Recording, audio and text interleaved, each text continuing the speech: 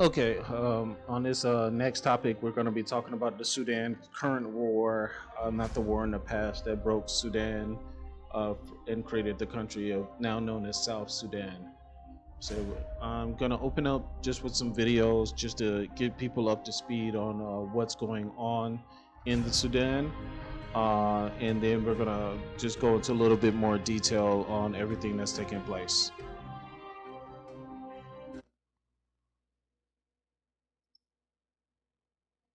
This is the brief on what is driving Sudan's war. Underneath all the heartbreaking headlines and political chaos, there's actually a multi-billion-dollar war economy driven by a ruthless fight over the country's absolute most valuable resource, gold. First, what's the ultimate prize here? Fundamentally, we're looking at a massive battle for resources between two rival military factions, the Sudanese Armed Forces, or SAF, and the Rapid Support Forces, the RSF. You see, both groups control different gold-producing regions, and they're using those huge profits to buy weapons and fuel a brutal conflict that's literally displaced millions and caused the total collapse of the nation's healthcare system. Second, let's look at the regional players fueling the fire, right? Neighboring powers are just up to their necks in this. The SAF actually smuggles its gold north to Egypt in exchange for political and military backing. Meanwhile, the RSF smuggles its gold out west through borders like Chad and Libya so they can receive crucial supplies from the United Arab Emirates. Finally, we have to look at the global market connection because, well, this blood gold doesn't just stay in Africa. The UAE serves as a massive global hub for this illicit trade, bringing in huge amounts of gold from Sudan and its neighbors in 2024. By laundering this conflict gold straight into the legitimate global market, these networks are basically ensuring the war in Sudan stays highly profitable. So, if we really want to stop the horrific violence in Sudan, the international community absolutely has to first cut off the illicit transnational gold trade that's funding it.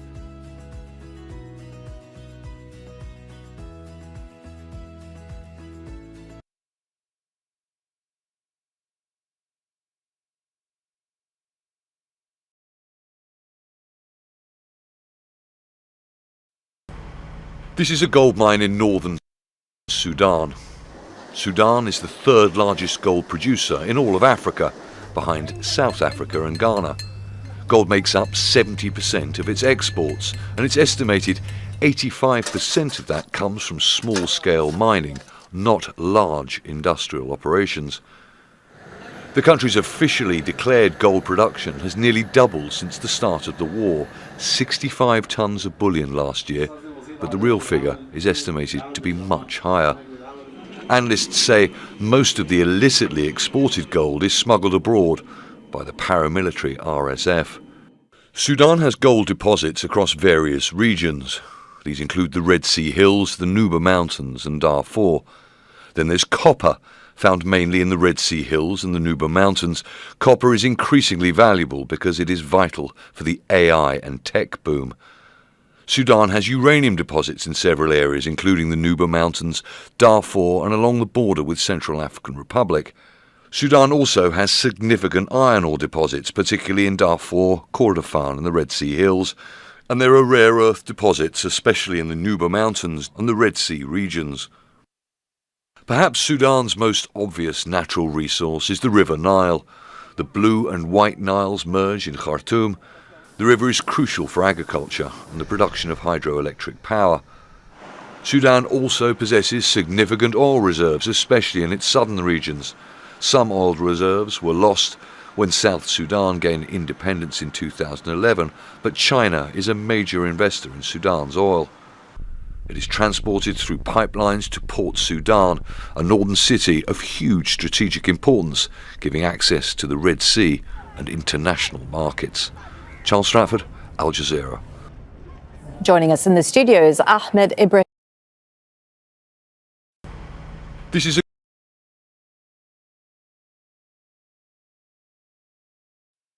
The war in Sudan has hit a decisive moment, with the country's official army having withdrawn from the city of Al-Fashir, its last stronghold in Darfur. A day earlier, the paramilitary Rapid Support Forces had claimed control of the army's final base and declared victory. Army Chief Abdel Fattah Burhan said Sudanese troops left because of systemic destruction and killing of civilians by the RSF. Losing al-Fashir means RSF militants now control a third of Sudan, essentially all of the west, while the army controlled the Nile and the Red Sea regions in the east. About 260,000 civilians in al-Fashir remain trapped under siege, cut off from food and medicine, some forced to eat animal fodder to survive. The UN and aid agencies warn of atrocities and famine-level hunger in the city. War erupted in Sudan in April 2023 when the army and the RSF, once allies, turned on each other in a power struggle. 2 years later, tens of thousands have been killed, with over 12 million displaced and Sudan on the edge of collapse.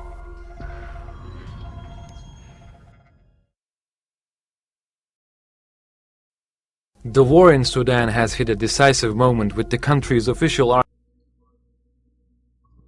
And just wanted to show some videos just to give you a basic, one second, just to give you a basic idea, visual of what's currently going on in Sudan and the war between the SAF and the RSF, Sudanese force, and then you got the rapid support force conflict. Is mainly just the same thing that's been going on in Africa for a while, fighting over minerals. One second. Where's my thing?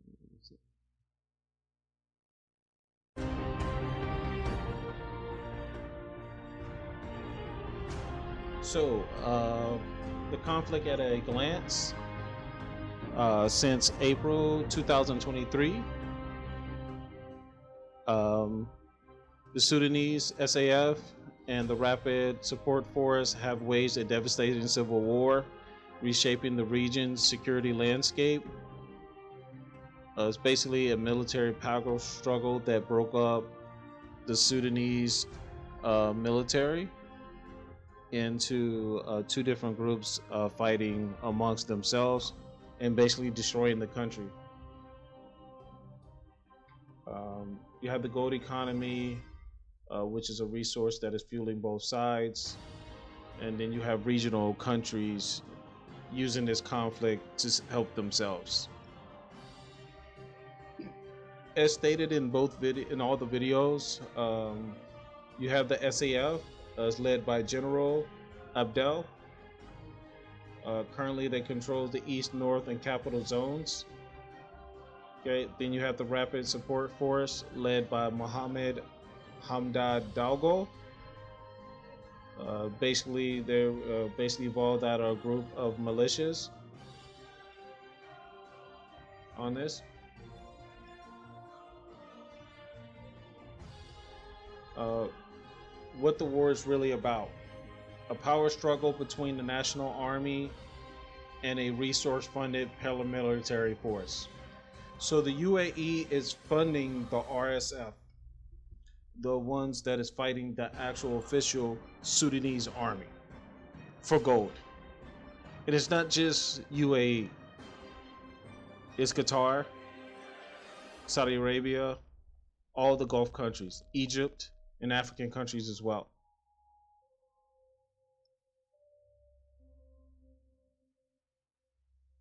How gold drives the war. Sudan is among Africa's top gold producer, meaning the country should be very well established because it produces gold, a very valuable commodity. It has oil, it has agriculture. So the country should be doing very well, but because you have poor leadership, the country is not doing well. They're just fighting amongst themselves. You can't build a country if you're having a revolution every week. How is the gold used? RSF control the richest gold fields in Darfur and Kordofan.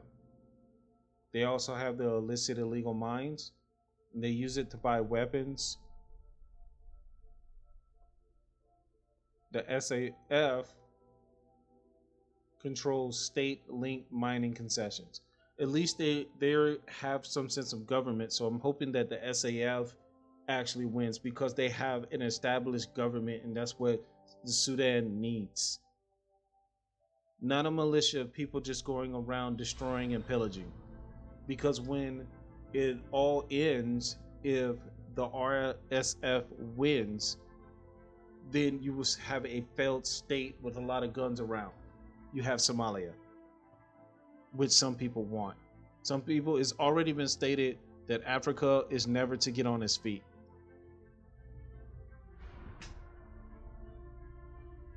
There are billions of dollars leaving the Sudan. An estimated suggests 2 to 4 billion in Sudan. In Sudanese gold is smuggled annually. The people buying it are evading taxes, financing armed groups, and bypassing international oversight. Just like with blood diamonds, as you saw in the videos, now you have blood gold.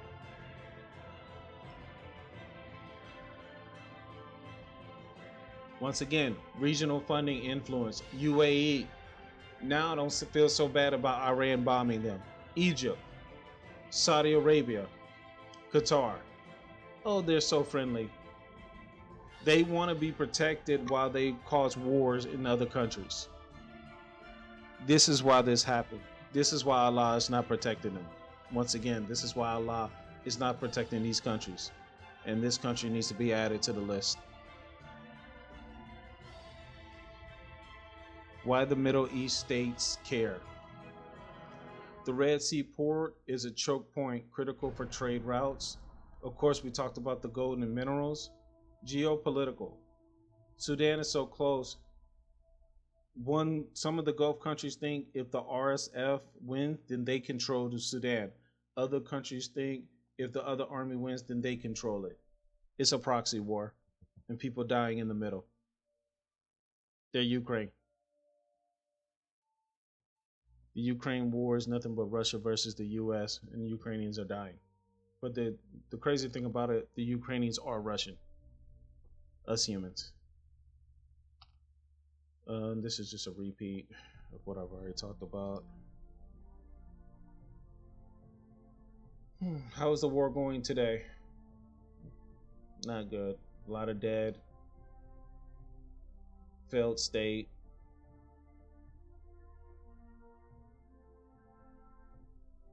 There are some parts that are some stable, improved militia coordination.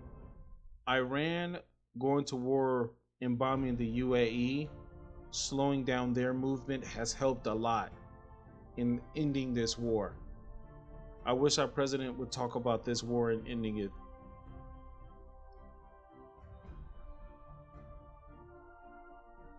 We already talked about this. The RSF holds good ground in Darfur, Kordofan, and external support.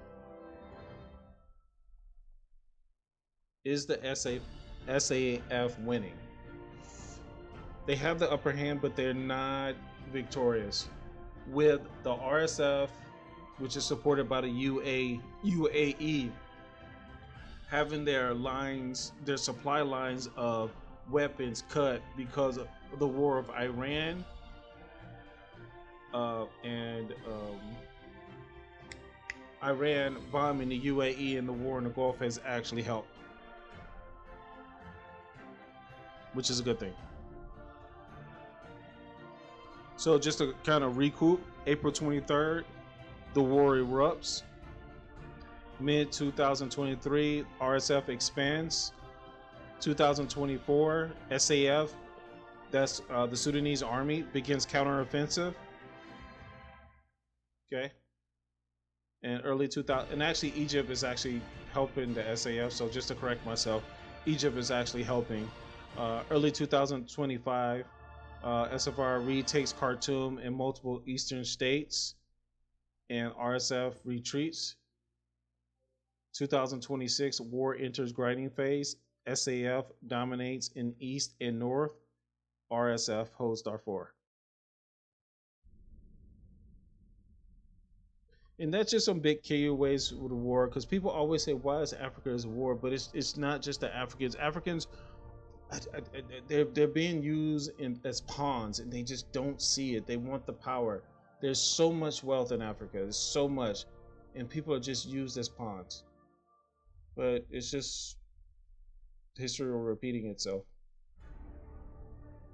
Hopefully it changes. Sadly, I don't think so.